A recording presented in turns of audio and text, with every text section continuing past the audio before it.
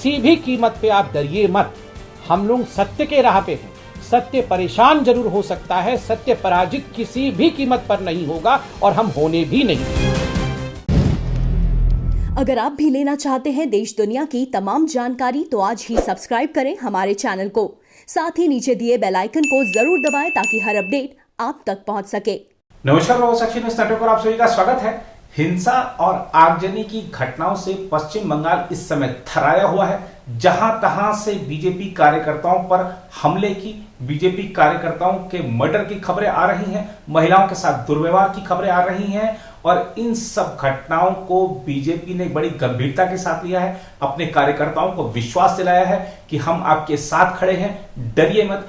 BJP अध्यक्ष JP Nadda पीड़ित कार्यकर्ताओं से और जो बीजेपी के कार्यकर्ता पिछले 24 घंटे में मारे गए हैं उनके परिजनों से मिलने के लिए खुद पश्चिम बंगाल पहुंच चुके हैं।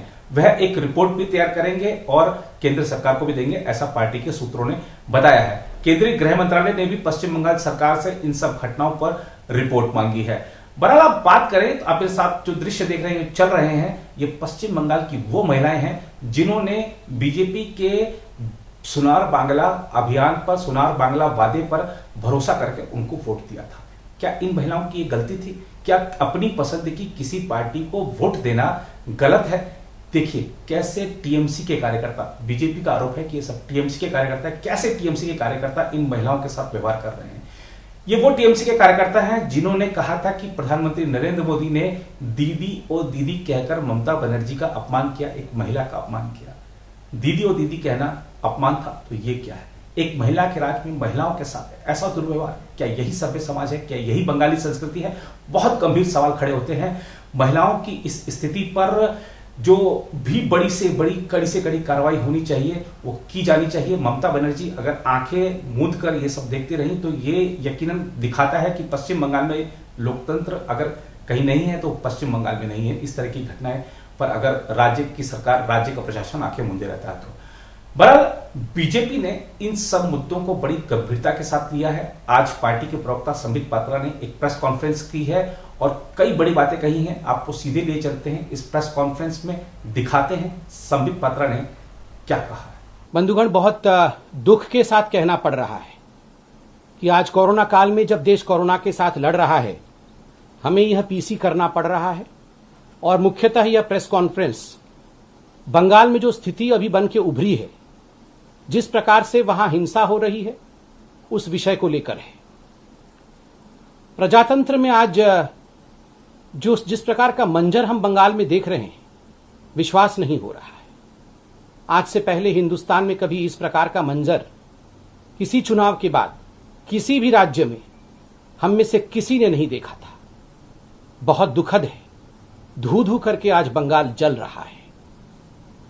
दुख के साथ मुझे कहना पड़ रहा है, लोकतंत्र में जीत के बाद गरिमा होनी चाहिए। लोकतंत्र में जीत के बाद ग्रेशियसनेस होनी चाहिए। जीत को एक्सेप्ट करने में एक गरिमामय तरीका होना चाहिए। आज बंगाल में ये जो तरीका है, जिस प्रकार से आज हम वहां हिंसा देख रहे हैं, ये किसी ने भी नहीं सोचा था कि हिंदुस्तान के लोकतंत्र का इस प्रकार से किसी राज्य में धज्जियां उड़ेंगी। मुझे ये कहते हुए और मुझे ये प्रेस कॉन्फ्रेंस करते हुए भी बहुत दुख हो रहा है। बंधुगण, दिल दहलाने वाले दृश्य सोशल मीडिया में, टेलीविजन चैनल्स के माध्यम से हम सभी देख पा रहे हैं। रूह कांप उठती है ऐसे दृश्य देख के। लोगों के घर में आग लगा दिए गए हैं, लोगों के घर तोड़े जा रहे हैं, कार्यकर्ताओं की हत्या की जा रही है, अराजकता सड़क पर पूरी तरह से छा गई है। काले बादल आज बंगाल के ऊपर हिंसा के रूप में मंडरा रहे हैं और संपूर्ण रूप से वहां जो प्रशासन है वो चरमरा गई है, वो समाप्त हो गया है। हमारे कार्यकर्ता हर मिनट, हर घड़ी हमारे नेताओं को फोन कर रहे हैं और एक ही गुहार है, हमें बचा लीजिए, हमें बचा लीजिए। हमारे घरों को, हमारे घर वालों को मारा जा रहा है, हमारे साथ हिंसा हो रही है, हमें बचा लीजिए। सबका एक ही गुहार है। और मैं आज यहां स्पष्टतः बता दूं, ये जो कुछ भी बंगाल में हो रहा है, ये स्टेट स्पॉन्सर्ड है। ये स्टेट स्पॉन्सर्ड वायलेंस है। This is state sponsored violence. ये प्रशासन द्वारा स्पॉन्सर्ड हिंसा है, अराजकता है, आगजनी है। बलात्कार है, क्रूरता है।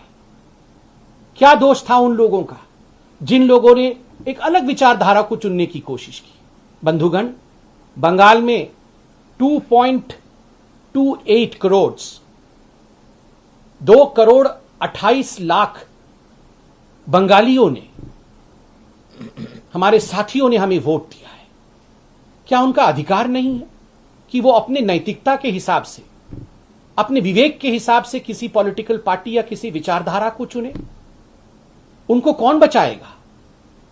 क्या ममता जी की सरकार, क्या बंगाल की टीएमसी की सरकार, क्या वहां की प्रशासन इनके प्रति निष्ठुर रहेगी? क्या इन 2.28 करोड़ बंगालियों का कोई डेमोक्रेटिक, कोई लोकतांत्रिक अधिकार नहीं? मैं आज सवाल पूछता हूं, क्या गलती थी श्री अभिजीत सरकार की जो बेलाघाट से आते थे, जिनको मौत के घाट उतार दिया गया? क्या गलती थी श्रीमती शोभा रानी मंडोल की जो जगदल से आती हैं और उनका कसूर सिर्फ इतना है कि वो एक मां थी, एक भारतीय जनता पार्टी के बूथ कार्यकर्ता की। उनका बेटा बूथ में हमारे बूथ एजेंट के नाते काम करता था, इसलिए कल उनको मार मार के मौत के घाट उतार दिया। क्या गलती थी शोभा रानी जी की? क्या गलती थी उत्तम घोष की जो रानाघाट से आते हैं, उनको घसीट घसीट के मार दिया गया? क्या गलती थी होरोम अधिकारी की जो सोनापुर दक्षिण से आते हैं, उनकी हत्या की गई? क्या गलती थी मोमिक मोइत्रा की जो सीताकुची से आते हैं, जो आज वो हमारे बीच में नहीं है? और क्या गलती थी गौरव सरकार की जो बोलपुर के सदस्य थे, बोलपुर से भारतीय जनता पार्टी के सदस्य थे, उनको मौत के घाट उतार दिया गया? मैं खुद व्यक्तिगत रूप से सोशल मीडिया में श्री अजीत सरकार के पोस्ट को फॉलो कर रहा था, जैसे तमाम हिंदुस्तान फॉलो कर रहा था। अजीत सरकार मरने से पहले उन्होंने पूरा डिस्क्रिप्शन दिया है उनके घर के साथ क्या किया गया। उनके घर के अंदर टीएमसी के गुंडे घुस आते हैं। ये जो अजीत सरकार है, ये कुत्तों के प्रति बड़ी इनकी आसक्ति रही है। जो स्ट्रे डॉग्स होते हैं उनको वो अडॉप्ट करते थे, उनको पालते थे, उनको दूध पिलाना, उनको पाव रोटी खिलाना, किस प्रकार से वो करते थे, एक मानवता का काम करते थे। उन्होंने लिखा है मरने से पहले कि मेरे घर में टीएमसी के गुंडे घुस आए और जो कुत्ते मैंने पाल रखे थे, उस कुत्ते ने छोटे छोटे बच्चे दिए थे, उनको काट दिया, उनको नृशंसता के साथ, उनको क्रूरता के साथ उनको मार दिया। उसके बाद उनके घर में आग लगाई गई और बाद में सड़क में खींच करके उनको लिंचिंग करके बीच सड़क में टीएमसी के गुंडों ने मौत के घाट उतारा। उनकी गलती सिर्फ इतनी थी कि उन्होंने भारतीय जनता पार्टी के लिए काम करने को स्वीकार किया था। बंधुगण, आज इन्हीं सभी विषयों को ध्यान में रखते हुए जिस प्रकार की क्रूरता बंगाल में हो रही है, भारतीय जनता पार्टी के राष्ट्रीय अध्यक्ष आदरणीय श्री जेपी नड्डा जी आज खुद बंगाल जा रहे हैं और सभी कार्यकर्ताओं से हमें अपील है, आप बिल्कुल ना घबराएं। संगठन, पार्टी एकमुश्त होकर आपके साथ खड़ी है। पार्टी के अध्यक्ष अर्थात स्वयं पार्टी आज आपके साथ खड़ी रहेगी, आपके घर पर आएगी, आपसे अध्यक्ष जी मिलेंगे। आपके दुख और सुख के बेला में, आपके दुख और सुख के बेला में हम एकजुट होकर लोकतंत्र को बचाने का कार्य करेंगे। और मैं याद दिलाऊं, ये वही जेपी नड्डा जी हैं, ये वही हमारे अध्यक्ष हैं जिनके ऊपर ममता जी की क्रूरता उस समय भी हमने देखा था जब डायमंड हार्बर जाते समय उनके ऊपर पत्थरों की बौछार हुई थी। वो तो ईश्वर का और मां काली का शुक्र है कि उनकी जान बच गई थी। मगर आज हमारे अध्यक्ष जी, भारतीय जनता पार्टी, समूचे रूप से भारतीय जनता पार्टी के जो कार्यकर्ता हताहत हो रहे हैं, जो हिंसा को सह रहे हैं, हम आपके साथ खड़े होंगे। बंधुगण, एक बात मैं कहना चाहूंगा, ये प्रायोजित हिंसा है, ये संयोग नहीं, ये प्रयोग है। ये डराने की कोशिश है कि हिम्मत तुम्हारी जो लोकतांत्रिक तरीके से तुम किसी सत्ता में आने की कोशिश करो, हिम्मत तुम्हारी जो तुम लोकतांत्रिक तरीके से लोगों के मन में घर करके लोगों के सेवक बनने की चेष्टा करो। अगर ऐसा कहीं करोगे तो हम तुम्हारे लोगों को मार डालेंगे, उनके घर जला देंगे, महिलाओं के साथ बलात्कार करेंगे। जो दृश्य महिलाओं के देखने को आ रहे हैं, रूह कांप उठता है। महिलाओं को घरों से निकाल कर बाहर बीच सड़क पे गैंगरेप करना, उनके साथ बलात्कार करना, उनके कपड़े फाड़ देना, अर्धनग्न अवस्था में उनके साथ जिस प्रकार का व्यवहार किया जा रहा है, ये किसी भी सभ्य राज्य में, किसी भी सभ्य संगठन में, किसी भी सभ्य संस्थान में ये नहीं हो सकता है। इसके लिए कोई स्थान नहीं। मैं ममता जी से अपील करना चाहूंगा, ममता जी आप जीती हैं, उसके लिए बधाई सबने दिया है आपको, जीत में गरिमा। और सबसे बड़ी बात है, आप एक महिला मुख्यमंत्री हैं। आपने अपने आप को बंगाल की बेटी बताया है। जिन माताओं के साथ बलात्कार हो रहा है, जिन बच्चियों को घर से बाहर निकाल के मारा जा रहा है, क्या वो बंगाल की बेटी नहीं है? क्या वो महिला नहीं है? Do they deserve this? क्या उनके साथ इस प्रकार का व्यवहार होना चाहिए? ममता जी, आप अपने दिल के अंदर झांक करके देखे, एक बार अपने दिल से पूछे कि उन माताओं ने क्या गलती की थी? सिर्फ इतनी गलती की थी कि उन्होंने भारतीय जनता पार्टी को वोट किया। बंधुगण, मैं यह भी पूछना चाहूंगा ममता जी की पार्टी से, और मैं इसलिए कह रहा हूं कि यह संयोग नहीं प्रयोग है, यह प्रायोजित है, क्योंकि ममता जी के उस भाषण को जरूर सुनाइए।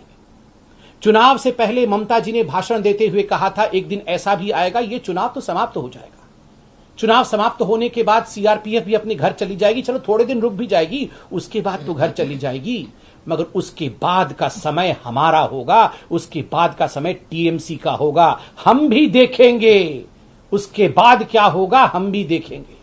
ममता जी, कभी भी जो सेवक होता है वो इस प्रकार नहीं कहता है। आज पूरा हिंदुस्तान, पूरा विश्व देख रहा है बंगाल में क्या हो रहा है, और शांति की अपील भी आप इस प्रकार करती हैं। शांति की अपील में भी अशांति। शांति की अपील में आप कहती हैं कि हमारे साथ तो बीजेपी वालों ने अत्याचार किया, सीआरपीएफ वालों ने अत्याचार किया, मगर चलो आप लोग ऐसा मत करो। ये कोई शांति की अपील है? ये शांति में भी जहर घोलने की चेष्टा है। कहीं ना कहीं आप इंगित कर रही हैं कि जो हो रहा है वो सही हो रहा है।